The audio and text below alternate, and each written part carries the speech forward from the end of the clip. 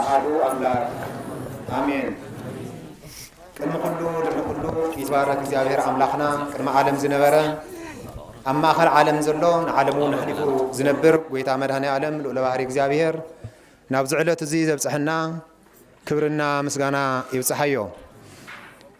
بمقصالون نأكالاو قال ردت نسغانا مخنيات أرجز زخونت إننا قدسان سيدنجل مريم زتخبرت تمسغنة تخون قدسان بوتاتنا بمعارقهم እግዚአብሔር ጸጋን ክብር ዝሃቦም ዝተኸበሩና ተመስገኑ ይኹኑ ብጾቦና አውን እንዋቆም ያው ናይ ቅዱስ ሲኖዶስ ኦርቶዶክስ ተዋህዶ ቤተክርስቲያን ትግራይ አባል ከመውን ናይ ዞባና ዘዋዶ ምራቅ ሊቀ ጳጳስ ክቡር አቦና መምህር አባ ወልደ ገብርኤል ናይ መካነ ቅዱሳን ዓብይ ገዳምና በእውነት ልዑል ከም ደብረ ታቦር ልዑል ዝበለ ዓብይ ምስጢር ብዙሓት ቅዱሳን ዘለውዎ አበምኔት ኩር حاونا مجاي سرعات هايلو نايزوادهم راق هاجر سكت سرحتنيا كمون كور حاونا ملاك هاي هفته ناي إسراء عدي وجرات ليك كائنات كور حاونا مجاي لاف حلفهم نعد قدام ليك كائنات ياو ليك أو أنت بيتك سيان أبزل لكم كل خاتكم يا ريدوان كمون أي أنت جزابير كائنات نمستر تلاقو حوات دياقونات አልባሰ ክርስቶስ ተባልኩም ከዋክብተ ቤተ ክርስቲያን ምእመናት ምስጽ አውንቱ ፍጹም እግዚአብሔር ሰላምታ ደሃንደ ሐዲራትኩም አይስማዓንን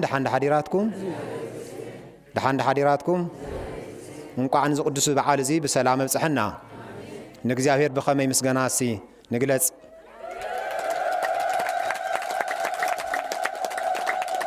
ያው ጥፍሁ አይዳውኩም አህዛብ ደስ ወለኩም እግዚኦም አንጨውጨኩም ንእግዚአብሔር መስግኑ ይልባ አምላክ ዳዊት ሞ ንእግዚአብሔር ምስጋና ናቀርብ እሺ በስም ስላሴ ሰለስተ ጊዜ ንቅድስ ስላሴ እሺ እግዚአብሔር ተመስገነ ይሁን በመጻልውን በጾቦና ብናይ በጾቦና ሰናይ ፍቃድ በዝበለጸ አብቅም መምህርካ ተጣውልካ ምን ነገር አብቅም ሊቃውንቱን ያው ትዝመህር እግዚአብሔር እዩ ትዝግስጽ እግዚአብሔር እዩ ነገር ግን በጾቦና ብናቶም ፍቃድ ትዝጎደለ መልዮም ያው ትዘለድማ አርቂቆም በወራኬን ምዕዳንን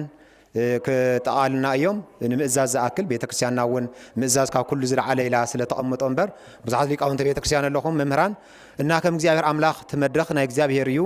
ህሊናና ንእግዚአብሔር ሂብና ኣይሙራና ካብቲ ናይ ዓለም ብዙሕ ዝናናይ ዓለምን ዓለማት ዘሎ ብዙሕ ሰምዑን ካብኡ ሰባሲብና ናብ ቅዱስ ቃሉ ህሊናና ጌርና እግዚአብሔር ዝምህረና ስለ ዝኾነ ናይ ትምህርትና ርእሲ ከም እግዚአብሔር ቅዱስ ፈቃድ ኢትፍርህዎሙ ለእለ ቀትሉ ስጋኩሙ ወለ ነፍስኩም ይክሉ ቀቲሎታ ንስጋኹም ዝቀትሉ ኣይትፍርሑ እንታይ ደኣ ንቱን ነፍስን ስጋን ሕቢሩ ዝቀትል ስለዚ ክንፈርሕ ዓለሙ አንታዩ ክንፈርሖ ዝግባእ ልዑል ባህሪ እግዚአብሔር ካብ ዘይ ምንባር ናብ ምንባር ዘምፀና ጎይታ ክንፈርሖ ዝግባእ ናይ እግዚአብሔር ቃልን ናይ ቤተክርስቲያን ቅዱስ ቃሉን ዝሃቦ ብትስርዓቱን መንገዱን ተኸይና በእውነት በሓቂ ንኩሉ እግዚአብሔር ንትሕቡእ ዝኾነ ኣብ ህሊናና ዝመላለስ ኣብቲ ውሽጥና ዝመላለስ እግዚአብሔር እንቅድሚ ህሊና ከይሓሰብና ዝፈልጥ ጎይታ ስለ ዘሎ ክፍራሕ ዝግባእ ልዕሊ ኩሉ ንጉሰ ነገስ ዝኾነ ክርስቶስ መድኃኔ ዓለም እዩ ስለዚ ብትስጋኹም ዝመፀኩም ስጋውያን ዝኾኑ ዝመሬት እዚ ብሕልፊ ብሃይማኖትኩም ብናይ እግዚአብሔር ቅዱስ ቃል በኦርቶዶክስ ተዋህዶ ቤተክርስቲያን ብዘሎ ስርዓታን ደጉማን ብዙይ ዝመፀኩም ኣብ ዝመሬት እዚ ተፈላለየ ሽመት ሓላፍነት ተዋህበ ግን ክንፈርሖ ከም ዘይግበአና ብዙይ አንጻር ድማ ነቲ ክብሪ ዝግብኦ ክብሪ ሃቦ ስለ ዝብል ናይ ቤተክርስቲያን ናይ እግዚአብሔር ቃል ዘምህሩና ኣብዚ ዓለም እዚ ብዚ እግዚአብሔር ፈቃድ ዝነግስ ንጉስ የለን ያው ድኻ ተበደለ ያው ፍትሒ ጎደለ ንዝብል ድማ ክነኽብሮ ስለ ዝግበአና ስለዚ ክነኽብሮ ንዝግበአና ንእግዚአብሔር አምላክ ከም ምዃኑ ካብ እግዚአብሔር ወፃን ዘምህረና ድማ ክነኽብሮ ከም ዘይግባእ ብሃይማኖትና ጸኒዕና ክንነብር ከም ዝግባእ እዩ ቃል ንዝቃል እዚ ድማ ኣብ ቅዱስ ማቴዎስ ምዕራፍ 10 ፍቅዲ 28 ዝርከብ ቃል እዩ ስለዚ እዚ ቅዱስ ቃል ዝጸሓፎ ክብሪ ተባሂሉ ኣብዚ ዓለም እዚ በእውነት ኣቦታትን ሐዋርያት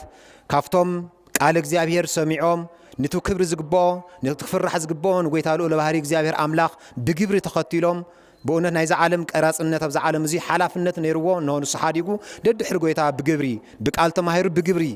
ዝመስከረ ቅዱስ ማቴዎስ ሁሪ ተባሂሉ ካፍቶም 12 ሐዋርያት ሓደ እዩ ቃል ንሱ ድማ ክንፈርሖ ዝግባእ ንኡ ምዃኑ ድማ ናይ እግዚአብሔር ቃል እዩ ስለዚ እግዚአብሔር አምላኽና ልዕሊ ኩሉ ከምቱ ጠቢቡ ሰሎሞን ልበ አምላክ ዳዊት እውን ብዙሓት ነቢያት ዘብልዎ ቀዳሚ ሃለ ጥበብ ፈሪሃ እግዚአብሔር ክንፈርሕ ከም ዝግበአና እዩ ቃልና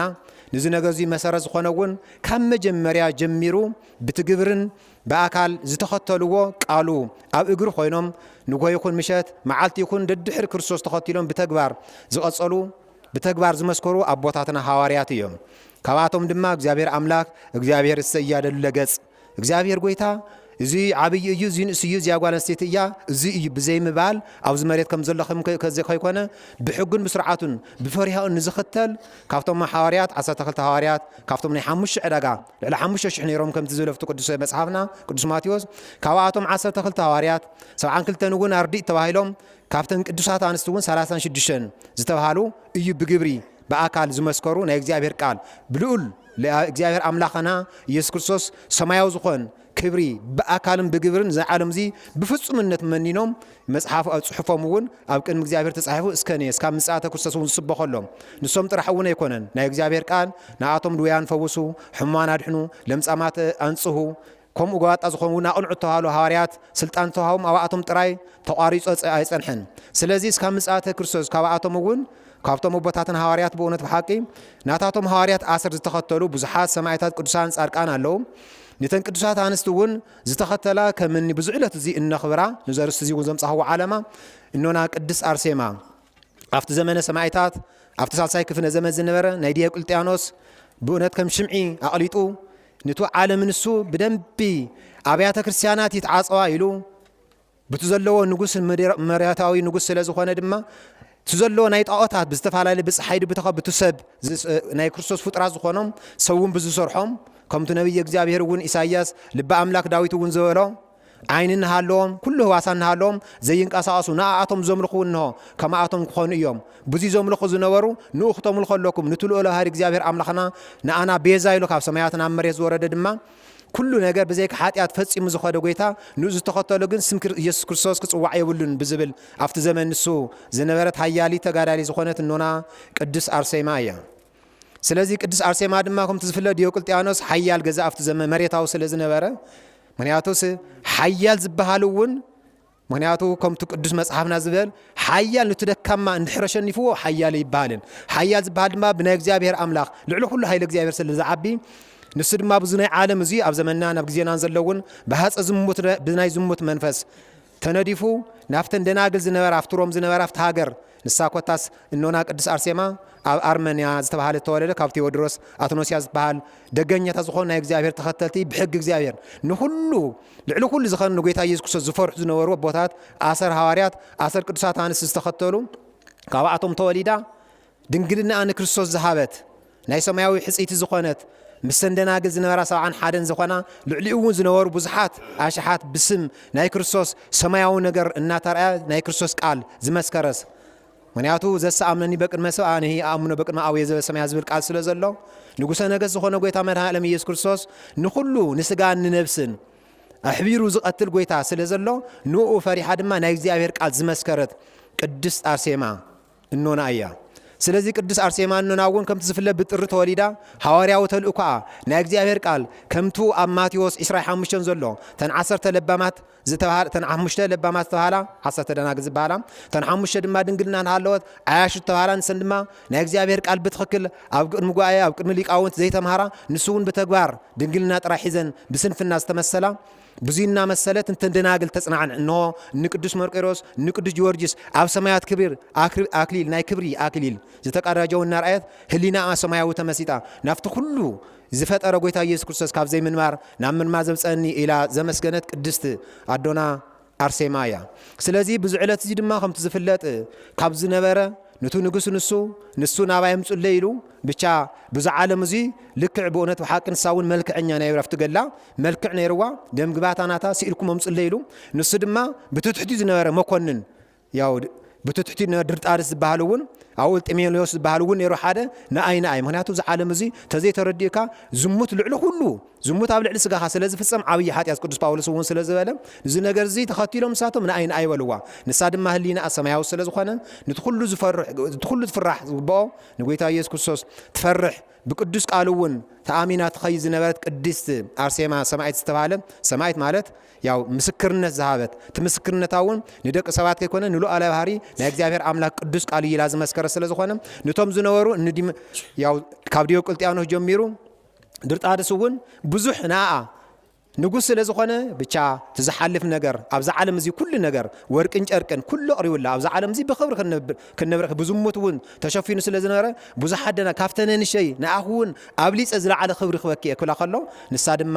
ንስኻ ሰነፍ ዝኾንካ እዚ ነገር እዚ ዝሙት ትገብረ ስራሕ ብእውነት ብሓቂ ውድቀትን ርክሰትን ብክርስቶስ ብእግዚአብሔር ኣምላኽ እውን ሓደ ምስ ሓንቲ ፀኒዑ ክነብር ስለ ዝግባእ ምንም ነቲ ሰማያዊ ዝኾነ እጨኝናቱ ሕፂቲ እየ ዝኾን ኢላ ብድፍረት ከምቱ ኣብ ቅድሚ ነገስታት ኣብ ቅድሚ ኣላውያን ዝመፁ እውን ናይ እግዚአብሔር ቃል ዝሓፈረ ኣብ ቅድሚ ሰማያዊ ሕፉር ስለ ዝኸውን ናይ እግዚአብሔር ቃል ዝመስከረ ድማ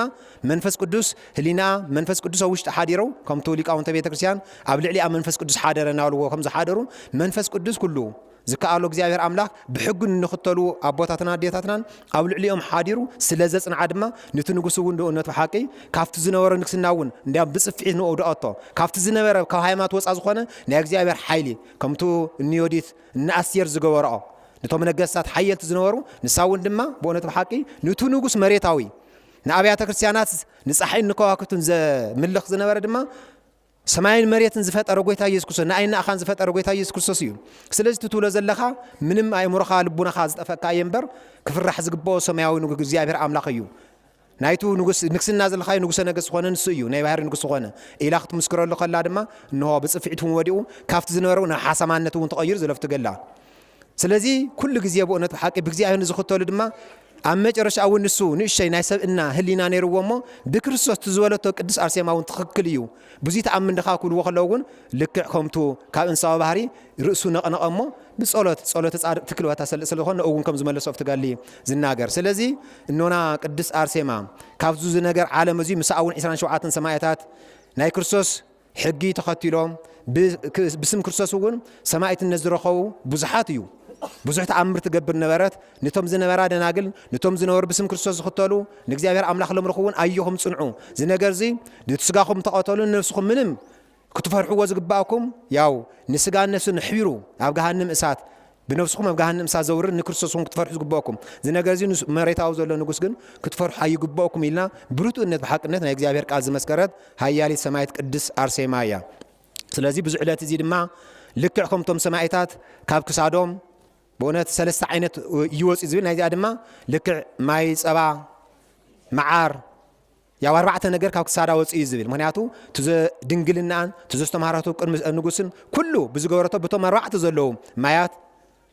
ኣብቲ ገነት ኣርባዕተ ፍላጋት ዘለዉ ብስም ንሱ እውን ትዝገበረቶ ኣክሊለ ስም ሰማያዊ ዝኾነ ኣክሊል ረኺባ ብቻ ኣክሊል ክትረክብ ከላ ካብቲ ገላ ካብ ባሕሪ ብጭልፋ እናገር ዘለኹ እምበር ብዙሕ ተጋድሎ ስለ ዝሕለፈት ብሃይማኖታ ያው ርትኢቲ ኮይና ተሓቂ ናይ ክርስቶስ ቃል ስለ ዝመስከረን ብዙ ዕለት እዚ ድማ ኣክሊለ ድንግልናን ድማ ኣክሊለ ሰማዕት ዝረኸበት እኖና ቅድስ ኣርሴማ እያ ስለዚ ብእውነት ብሓቂ ብዙ ዕለት እዚ ድማ መንግስት ሰማያት ቅዱሳን መላእክት ናይ እግዚአብሔር ቃል ንዝመስክሩ ናይ እግዚአብሔር ቃል ብሓቅ ኣብ ዓለም እዚ ንዝመስከሩ ድማ ያው እናመስገኑ ከምቶም ሊቃውንተ ቤተ ክርስቲያን ንኣ ድማ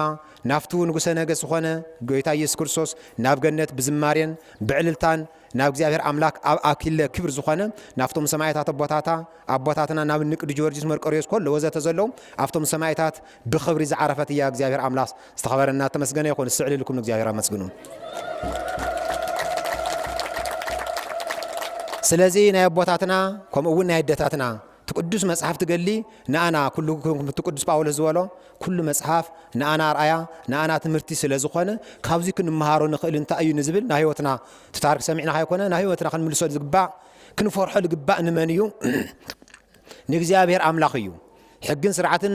እግዚአብሔር አምላክ ኣብዚ ዓለም እዚ ኩሉ ነገር አምሂሩና እዩ ቅዱስ ወንጌል ኣሎ ብኡ ክንከርከለና ኮታስ እንኳን ኣብ ቅድሚ ሰብ እዚ ከይገብር ኢልና ሓጢያት ከይኮነ ብብቸነት ወይ ድማ ብብሕትና ንሰርሖ ስራሕ እውን እግዚአብሔር ይርኤና ኢልና ንእግዚአብሔርና ንነፍስን ስጋን ኩሉ እግዚአብሔር አምላክ ኩሉ በብተግባር ዝፍደል ዕለትን ሰዓትን እዚ ሃፍታም እዩ እዚ ንጉስ እዩ ኢሉ ኣይኮነን ደቂ ሰባት ዘየዳሉ ጎይታ ኢየሱስ ክርስቶስ ስለ ዘሎ ነዚ እውን ስለ ዝረአዩ ኣቦታትና ብሰማዕትነት ህየንተ ደሙ ከኣው ደሙ ከም ትዘሊቁ ያሬድ እውን ማለት እዩ ስለዚ ክንፈርሖ ዝግባእና ንእግዚአብሔር አምላክ ሃይማኖትና ሒዝና ብስነ ምግባር እውን ብሓቂ በአስራት በኩራት ቀዳማያት በመክረ ካህን በፈቃደ ካህን ኣብዛ ቤተ ክርስቲያን ናይ እግዚአብሔር ቃል ዘመሓላልፉ ናይ እግዚአብሔር ቃል ዝምህሩ ድማ ሊቃውንተ ቤተ ክርስቲያን ዝጠፈአና እውን ከምቱ ንሳ ሰማዕት አርሴማ ብጸሎት ዝሕግዛ ዝነበረ እውን በእውነት ብሓቂ ናብኡ ኸይዳ ቃል እግዚአብሔር እንታይ እዩ ዚላ ብምስጢርውን እናተ መሃረትን እና መሃረትን ስለ ዝነበረት ናብ ሊቃውንተ ቤተክርስቲያንና መጺና ተማሂርና ከምዙ ሰማይት እዚኣውን ክብሪ ረኺባ ዝክረ ጻድቅ ለዓለም ይህሉ ኩሉ ግዜ እናተዘከረት ትነብር ኣብ ቅድሚ ክርስቶስ ድማ ኣብ መንግስቲ ሰማያት ትወርስ ኣብ ምጽአት ግዜ እውን ካብቲ ገነት መንግስቲ ሰማያት ዝወርሱ ስለ ዝኾኑ ንሕና እውን እግዚአብሔር ክንፈርሕ ይግባአና እግዚአብሔር አምላክ ተፈሪሕና እውን ካብ መዓትን ካብ ዘመንና ዘሎ ተፈላለየ ነገር እውን ዘድሕን እግዚአብሔር እዩ ካብ ማንም ነገር ዘድሕን ጎይታ ኢየሱስ ክርስቶስ ስለ ዝኾነ ንእግዚአብሔር ፈሪሕና ንእግዚአብሔር አምላክና ኩሉ ንስጋና ነፍስናን ዝቀትል ጎይታ ስለ ዝኾነ ካብቲ ናይት ማለት ጸልማት ዘመን እውን ዘሕለፈና ንሱ ጎይታ መድኃኔዓለም ስለ ዝኾነ እግዚአብሔር አምላክ ናብ ዳግም ጸልማት ናብ ዳግም ኃጢአት ናብ ዳግም ረኽሰት ንኸይንኣቱ ብንስሓ ብሳሙናት ሓጺብና ንክርስቶስ ከነገልግል እግዚአብሔር አምላክና ቅዱስ ፈቃድ ይኹን ኢትፍርህዎሙ ለእለ ይቀትሉ ስጋኩሙ አላ ፍርህዎ ለዘይቀትል ነፍሰ ስጋ ዝብል ናይ እግዚአብሔር ቃል ርእስና ጌርና ዝመሃረና ዝገሰጸና ጎይታ እግዚአብሔር አምላክ አላ ዓይሉ ዘጀመረና አጀሚሩ ዘፈጸመና እግዚአብሔር አምላክ ክብር ምስጋና ይብጽሐዮ ስለ ሰማዕኹን እግዚአብሔር ያበለይ ወስብሐት ለእግዚአብሔር እሺ ክቡር አቦና መጋቢ ሃይማኖት ቆሞስ አባ ገብረ ሐዋርያት ለምሆርና ትምህርቲ ብጣዕሚ ደስ በሃሊ ሰውነት ዘለምልም ሰውነት ዘህድስ ደስ በሃሊ ትምህርቲ ኣምሂሮምና ኣብ ማቴዎስ ወንጌል ምዕራፍ 10 ቁጽሪ 28 ኢሉሎ ኃይለ ቃል መሰረት ብምግባር ኢትፍርህዎም ለእለ ይቀትሉ ስጋክሙ ወለ ነፍስኩም ይክሉ ቀቲሎታ ንቶም ስጋኹም ዝቀትሉ ሰባት ይትፍርሕዎም ነፍስኩም ግን ክቀትልዋ ኣይኽእሉን እሞ ነቶም ስጋኹም ዝቀትሉ ሰባት ግን ይትፍርሕዎም ዝብል መሰረት ብምግባር ልዕሊ ኩሉ ቅድሚ ኩሉ ግን ክፍራሕ ዘለዎ ነፍስን ስጋን ሓቢሩ ኣብ ገሃነም ዝቐጽዕ እግዚአብሔር ክፍራሕ ከም ዝግባእ መሰረት ብምግባር ኣምሂሮምና ወላዲና ነቲ ዘስምዑና ቃል እግዚአብሔር ቃለ ሕይወት የስማዓልና ክብረት ያባልና ቃለ ሕይወት የስማዓልና እሞ ኣብ ቅዱሳን መጻሕፍትና ቃለ ሕይወት የስማዓልና ማለት ዓብዪ ዝኾነ ናይ ባዕሉ ትርጉም ኣለዎ ቃለ ሕይወት የስማዓልና ማለት ኣብ ዳግም ምጽአት መድኃኔዓለም ክርስቶስ ነቶም ቅዱሳን ዋጋ ድኻሞም ኣብ ዝኸፍለሉ ሰዓት ዘስምዖ ቃል እዩ እቲ ዘስምዖ ቃል ንኡ ሃበየ ብሩካኑ ለኣውየ ትረሱ መንግስተ ሰማያት ዘድሉ ለክም ቅድመ ይትፈጠር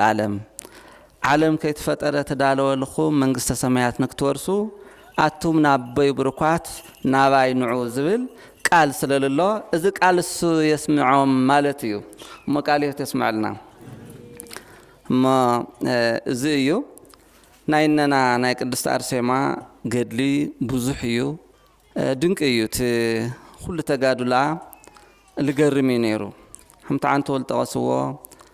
ኣብ ሮም ዝተወለደት ናይ እስራኤል ወገን ልኾነት ወለዳ ብምኽነት ልነበሩ ውላድ ዘይነበሮም ብስእነት ውላድ ለሓዝኑ ልነበሩ ብድሕሪ ዘመናት ብድሕሪ ሽምግልና ውላድ ሲኖም ተስፋ ክቆርጽሉ ኣብ ዝግባእ ሰባት ኮይኑ ግና ንኣማኒ ሰብ ኩሉ ዝከኣል ስለ ዝኾነ ንዝኣምን ሰብ ምንም ዝሽግር ስለ ዘይኾነ ኣብ ቅድሚኦም ካብ ዘለው ቅዱሳን ተማሂሮም ወኩሎ ዘተጽፈ ለተግሳጸ ዚኣነ ተጽፈ ቅዱስ ጳውሎስ ዝብሎ ኩሉ ተጻሒፉ ለሎ ንሕና ክንመሃረሉ እዩ ክንግሰጸሉ እዩ ኢሉ ከም ተናገሮ እዞም ወለዲ እዚኦም እውን ኣብ ቅድሚኦም ካብ ዘለው ቅዱሳን ኢያቄም ወሐና ኣብ ቅድሚኦም ካብ ዘለው ቅዱሳን ዘካርያስ ኤልሳቤጥ ኣብነት ገይሮም አንሕና እውን ኣብ ሽምግልናና እግዚአብሔር ውላድ ክበና ክኽእል እዩ ብዝብል ኣብ ሽምግልናኦም እግዚአብሔር ውላድ ክቦም ከም ዝኽእል ብምእማን ጸሎት ዝገብሩ ዝነበሩ እዮም እናብ ሽምግልና ሰዓት እዮም ስእለት ገይሮም ተወሊድና ቆልዓተ ሂብኻና እግዚአብሔር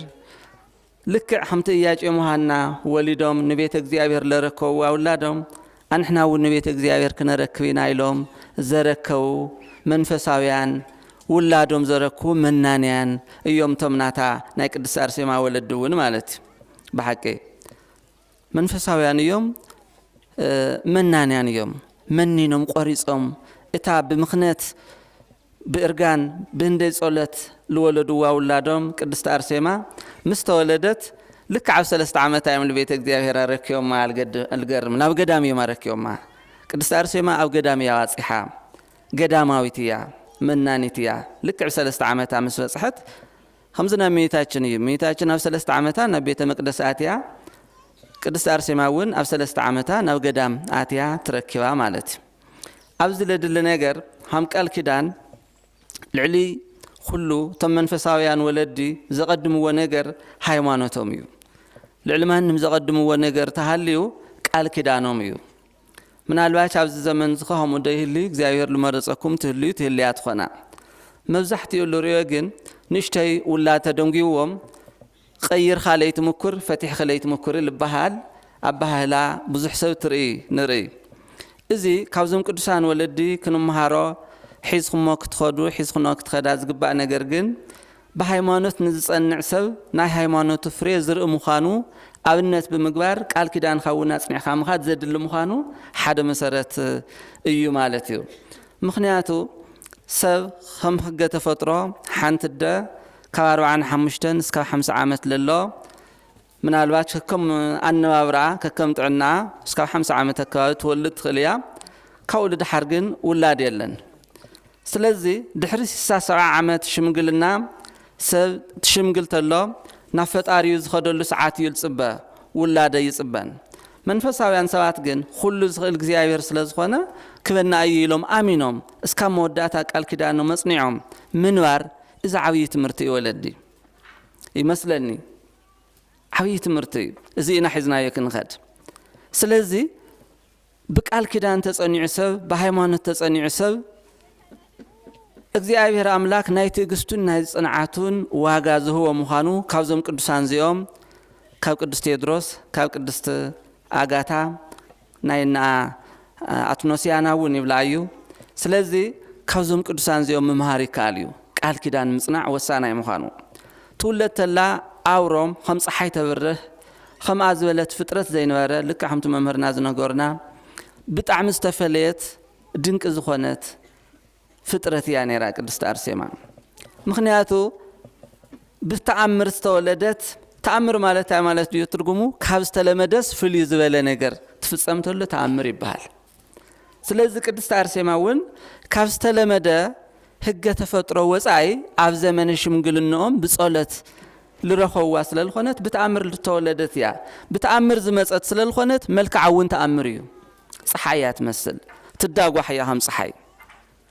እሞ ኣብ 3 ዓመታ ናብ ቤተ መቅደስ እትዮማ ማለት ስለዚ እቲ ሙላዶም ሓደ ጽቡቕ ነገር ኮይኑ ቆሪጾም መኒኖም ስእለቶም ከይጠለሙ ስእለቶም ከይከሓዱ ናብ ቤተ መቅደስ ረኪዮማ ሓደ ግዜ ንሕና ተሳልናዮ ስእለት ረሲዕና ረሲዕኩም ትፈልጡ ዶ ተሳልኩም ስእለት ልርስዕ ክሊ ብዙሕ ሰብ በቃ ነገራት መስኾነሉ ሲርስዑ በቃ ይሓድጎ እወ ስለዚ ይርስዓዩ ቅድስት አርሴማ ግን ወለዳ አይረስዑ ወይ ይሁን ቤተ መቅደስ ረኪዮም አለው ንቤተ መቅደስ ረኪዮም አለው እወ ስለዚ ስእለትኻ ለይምርሳዕ ንቤተ እግዚአብሔር ምርካብ ዋጋ ከም ዘለዎ እዚ ሓደ መምሃር ኮይኑ ማዓንቲ ፍትነየና ናይ ቅድስት አርሴማ አውደ ምህረት አፍቲ ናይ ቅዱስ ዮሐንስ ወልደ ነጎድጓድ አውደ ምህረት ቅዱሳን ለለዎ አውደ ምህረት ኢና ንርከብ እግዚአብሔር ቅዱስ ፈቃዱ ኮይኑ ድማ ብፁዕ አቦና አቡነ ዕንባቆም ኣብ ማእኸልና ተረኺቦም ኣብዚ ቅዱስ ቦታ ተረኺቦም ደቆም ክባርኩ እሞ ድማ ብእግሮም ደይቦም ብሓቂ ዓብይ ጸጋ እዩ ብዛ አጋጣሚ ቅድሚያ ከመስግኖም ይደሊ ብፁዕነቶም